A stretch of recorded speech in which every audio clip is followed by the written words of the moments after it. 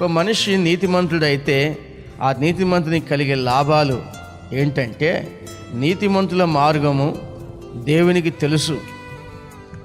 నీతిమంతుల మార్గము దేవునికి తెలుసు. 2, నీతిమంతుడు చేసేదంతా కూడా సఫలమవుతుంది.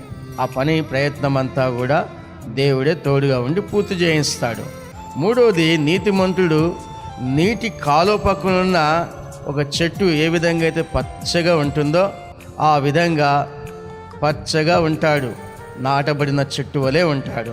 4వది, నీతిమంతుడు ఆకు వాడకుండా అతను బతికినంత కాలం ఫలాలు ఇచ్చే ఒక మంచి వృక్షంగా ఉంటాడు.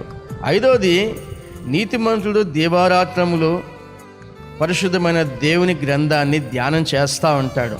చాలామంది ఏదో ఒక దాన్ని బట్టి ఆనందిస్తారు, కానీ నీతిమంతుడు మాత్రం దేవుని యొక్క పరిశుద్ధ గ్రంథాన్ని బట్టి, ఆయన మాటల్ని బట్టి, పరిశుద్ధమైన దేవుడు చేసే కార్యాలని బట్టి ఆనందిస్తూ సంతోషిస్తూ ఉంటాడు. అయితే నీతిమంతుడు ఈ విధంగా ఉంటే దుష్టులు ఏ విధంగా ఉంటారు అంటే, మొదటిది, దుష్టులు గాలికి చెదరగొట్టి పొట్టువలే ఉంటారు. 2వది, దుష్టులు నీతిమంతుల సభలో నిలవరు. 3వది, దుష్టుల మార్గం నాశనానికి వెళ్ళిపోతారు అన్నట్లుగా పరిశుద్ధ లేఖనంలో కనబడుతుంది.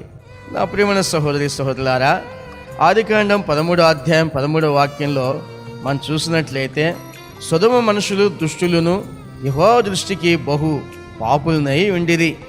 అందువలన ఆకాశం నుంచి అగ్ని కుమ్మరింపబడింది. దుష్టకార్యాలు చేసే ప్రజలందరూ కూడా ఆ అగ్ని చేత కాల్చబడి మరణించినట్లుగా లేఖనాల్లో రాయబడింది.